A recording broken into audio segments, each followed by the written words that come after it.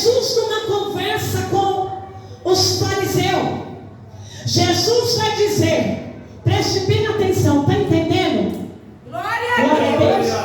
Jesus vai dizer numa conversa com os fariseus: eu não vim quebrar a lei, eu não vim abolir a lei de Moisés, eu vim cumprir. Da glória a Deus. Glória a Deus.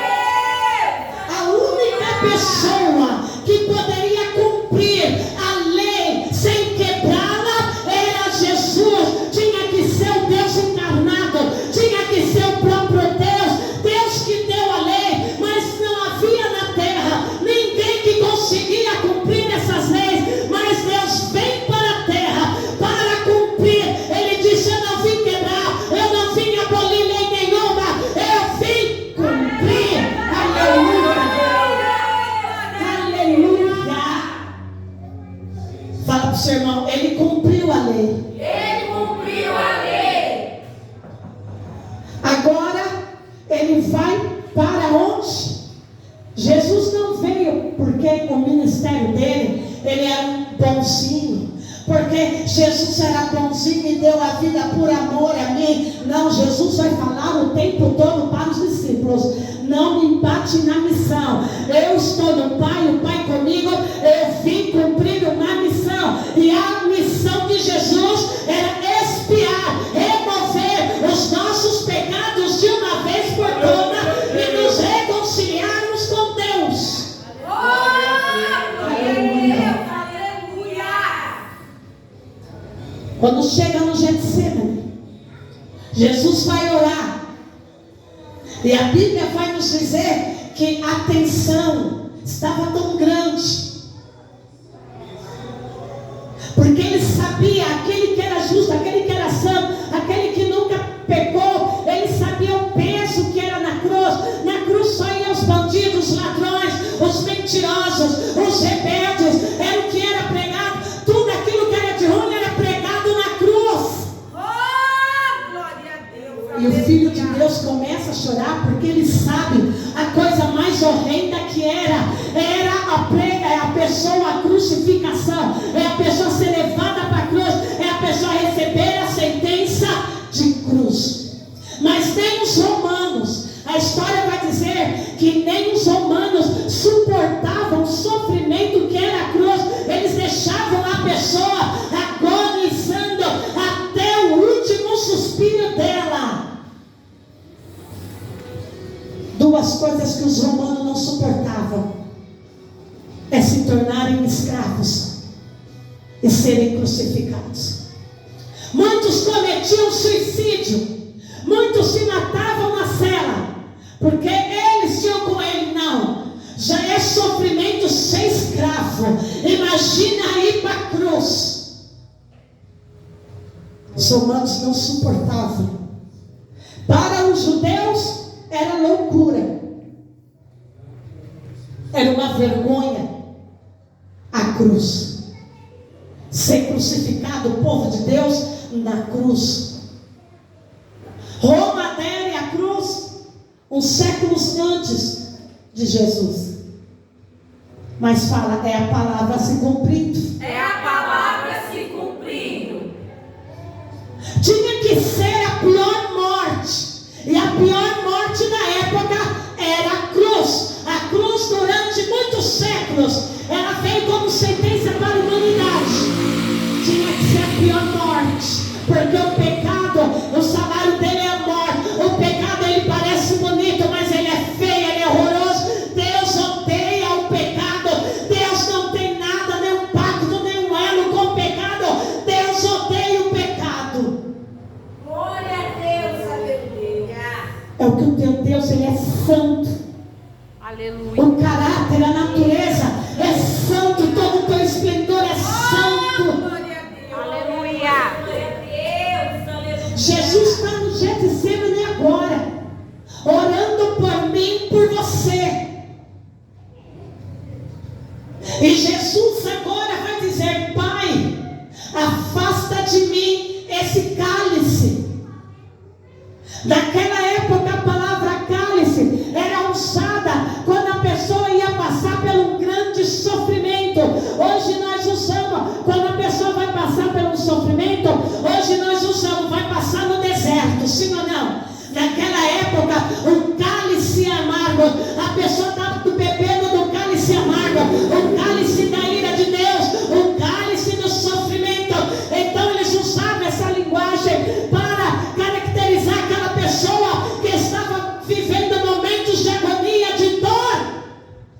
sofrimento.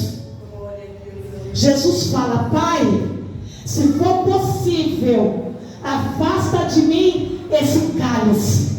Aquele que é santo, aquele que é Deus, aquele que é justo, aquele que não tem nenhum pecado, ele é justo porque ele foi o único que cumpriu toda a lei. E porque ele cumpriu, ele não cumpriu por ele veio para cumprir em nosso favor, por nós, para remover qualquer tipo de maldição. Porque na lei estava escrito: todo aquele que não cumprir, maldito é. Então Jesus veio para substituir o nosso pecado. Ele já começa cumprindo o quê? Toda a lei, para remover o pecado, que a maldição que a lei dizia que ia dar para nós. Falou glória a Deus. Está entendendo? Aleluia! Veio para remover esse tipo de maldição. Ele cumpre as 613 leis. Fala glória a Deus. Glória a Deus! Mesmo agora, uma pessoa quando cumpria toda a lei, ela era chamada do quê? De justo. Justo vem de justiça. Então ele cumpriu para remover na cruz a nossa maldição da lei de Moisés.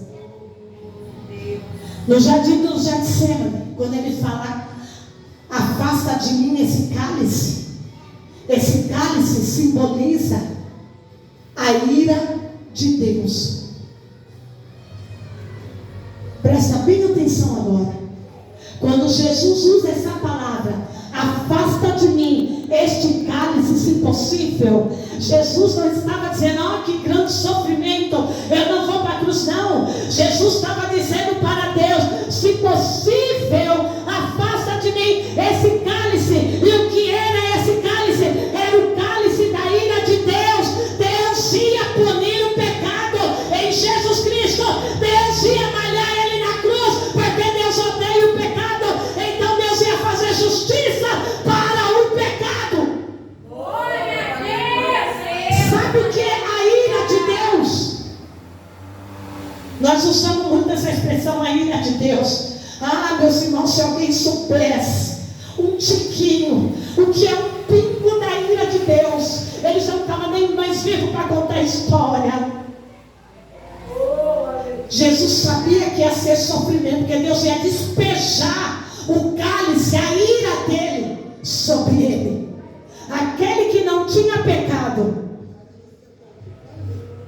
Mas Jesus olha para Deus e fala: contudo, Pai, seja feita a tua vontade. Glória a Deus! Jesus começa a orar, e gotas de sangue começa a sair do teu suor, começa a sair pelos teus poros, porque ele sabia o que era a ira de Deus, ele sabia o que esperava ele, era agonia, sofrimento, dor, que a humanidade jamais imaginou que alguém pudesse sentir.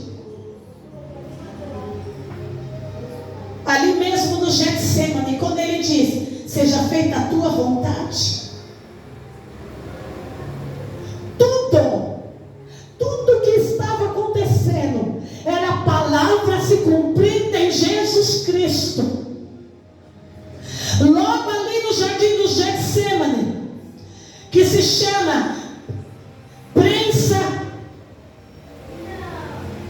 de azeitona, prensa de oliveira. Getsemane quer dizer prensa de azeitona. Sabe o que é prensa? Tudo, irmão, é palavra. Sabe o que é uma prensa?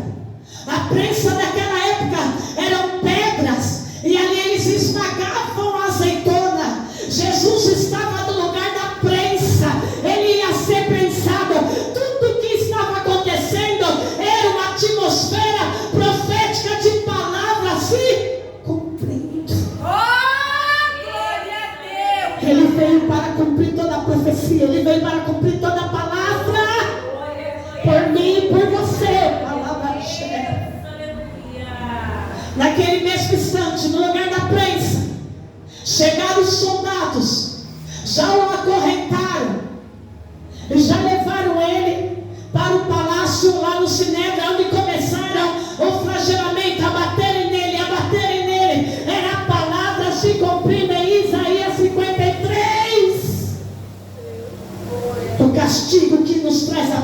estava sobre ele. Ele levou sobre si os nossos pecados, as nossas iniquidades, as nossas maldições. Nos teus passos, pelas tuas pisaduras fomos sarados. Ele não tinha semblante de homem, ele estava desfigurado e ele foi transpassado pelo nosso pecado. Desfigurado. Não se havia mais beleza nele. Bateram tanto nele, na carne dele, que ele foi desfigurado. Aquele que era justo, aquele que não tinha pecado, aquele que era divino, ele veio sobre uma missão. E a carne dele, uma carne santa, apanhando, e era a tua carne que era passar apanhando lá. Sai dali, vai para a cruz. Palavra de Isaías 53 se cumprindo. Maldito todo aquele que for para o madeiro. Agora ele vai se fazer maldição por nós. Pregam as mãos dele, pregam ele na cruz. E a Bíblia vai dizer que lá na cruz, todo o teu pecado estava sobre ele. Glória a Deus, aleluia. Todo pecado, toda iniquidade. Iniquidade é quebra de palavra, é pecado. Toda maldição da lei, foi pregado nele. Tudo aquilo que transgrediu o homem, que afastou o homem de Deus pelo pecado, foi sobre ele. Todo o meu pecado, todo o seu pecado, todas as nossas transgressões, a Bíblia vai dizer, não existe um justo sequer. Todos pecaram e todos estão destituídos da glória de Deus. Não existe um justo sequer. Sabe o que aconteceu na cruz? Foi toneladas e toneladas de pecado sobre o Filho de Deus. E ele, cada vez que ele respirava, cada vez que ele inspirava, ele olhava para mim e para você. Era o seu pecado, era a sua maldição vindo sobre ele. Glória a Deus, aleluia. Glória, glória a Deus. A cruz é a base do Evangelho.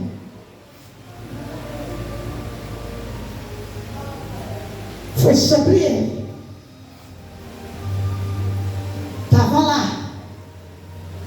Cumpriu toda a lei. Toda a maldição foi pregado nele.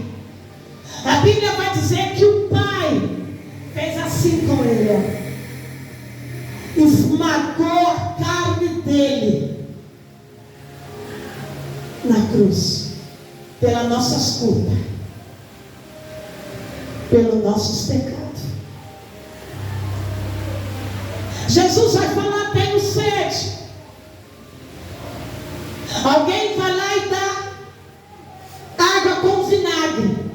O homem é tão mau, a natureza do homem é tão mau, que o Filho de Deus olha para lá e sente sede. Ele agora está representando a humanidade. Estou com sede, sede na carne. Então a maldade é tão grande, a natureza é tão vil, pecadora, que eles vão lá, molham uma esponja num balde com vinagre e bota na boca do Filho de Deus.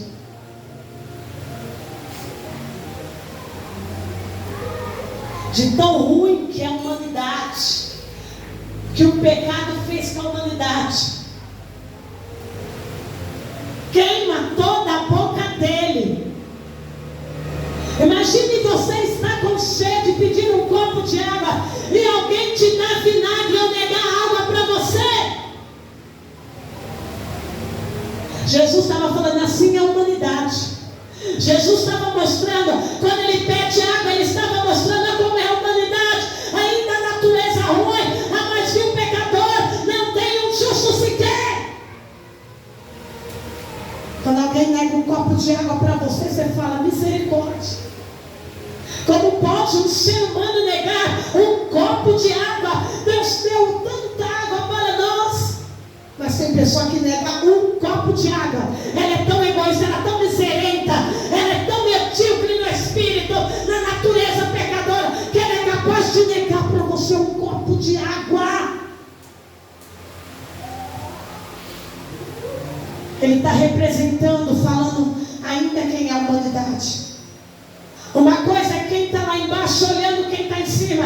Outra coisa é quem está de cima e olhando aqueles que estão lá embaixo e vendo todas as coisas como eles são. Jesus, sendo Deus, estava vendo a humanidade lá embaixo. Uns caçoando, outros escarnecendo. Seus discípulos sumiram tudo. Só estava João, Maria, José de Arimateia, Nicodemos, ao longe olhando. Mas aqueles que estavam com ele, quando ele estava em seu ministério terreno, sumiram todos. Mas ficou a mãe chorando aos pés, ficou João chorando aos pés.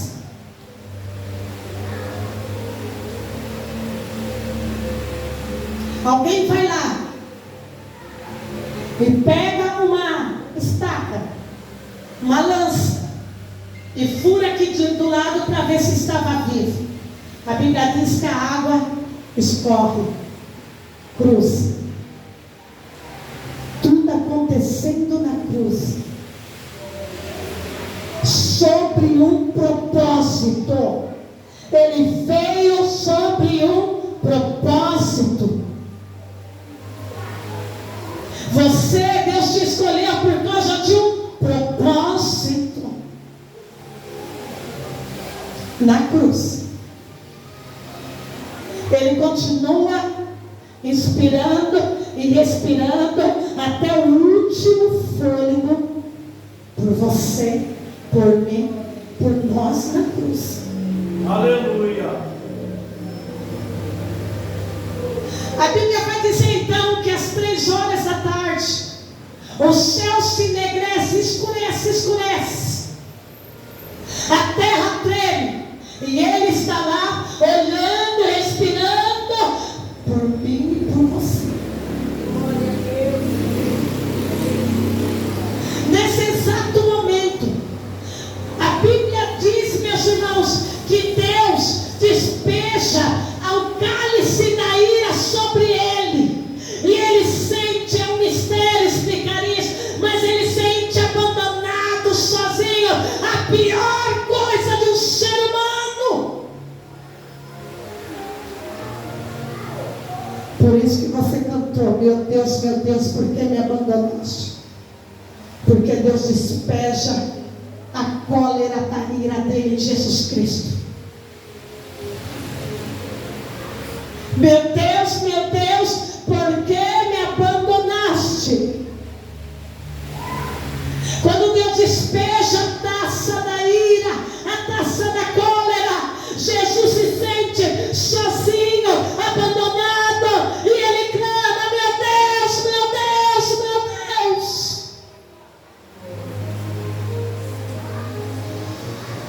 Cadê meu Deus?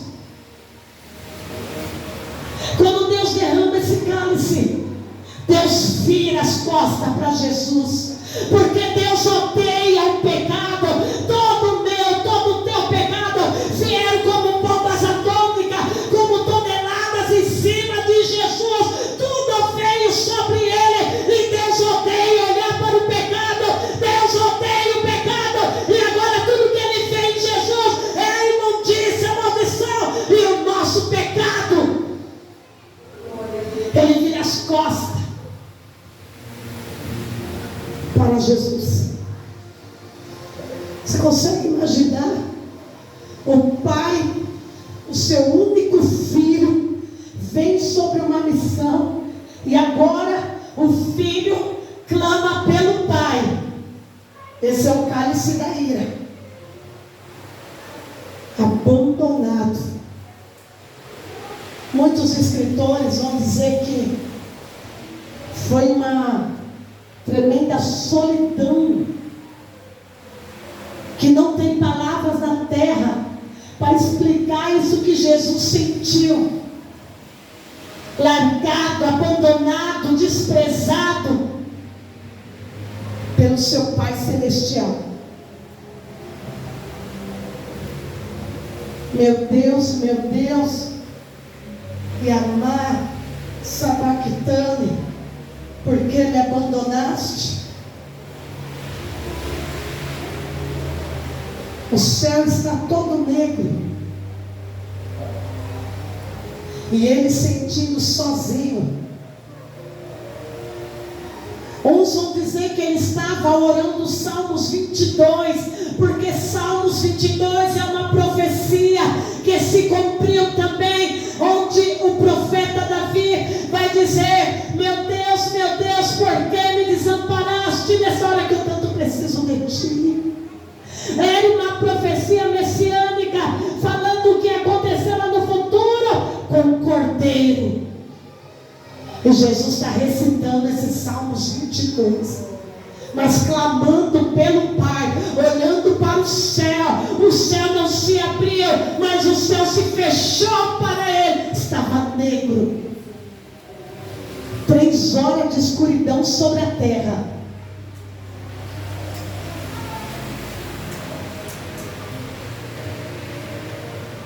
Três horas, mas ele estava intacto e ainda consciente de que tinha que vir todo pecado tinha que vir sobre ele.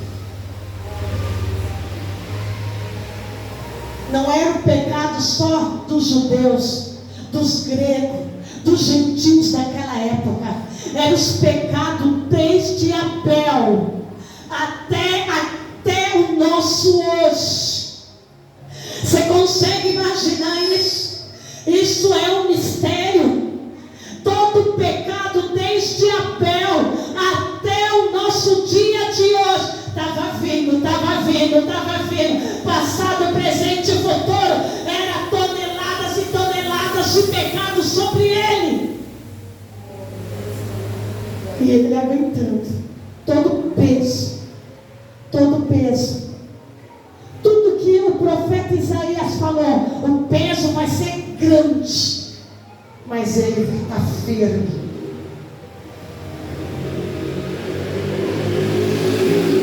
É o que ele veio fazer na cruz. A cruz levou o meu, o teu, o pecado de muitos naquela cruz. Você tem que olhar para a cruz. Ele foi o nosso substituto. Era para mim e você estar lá. Substituto é aquele que toma o teu lugar. Todo o nosso pecado foi na conta dele. Ele foi pagar todo o nosso pecado. Tudo foi para a conta dele.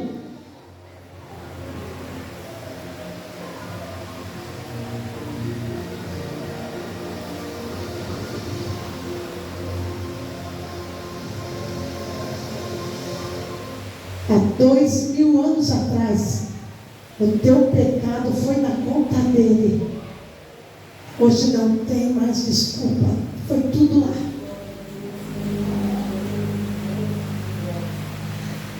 Pode ler em Gálatas. Vamos ver o que diz lá. Gálatas 3:10. Todos aqueles, pois, que são das obras da lei, estão debaixo da maldição.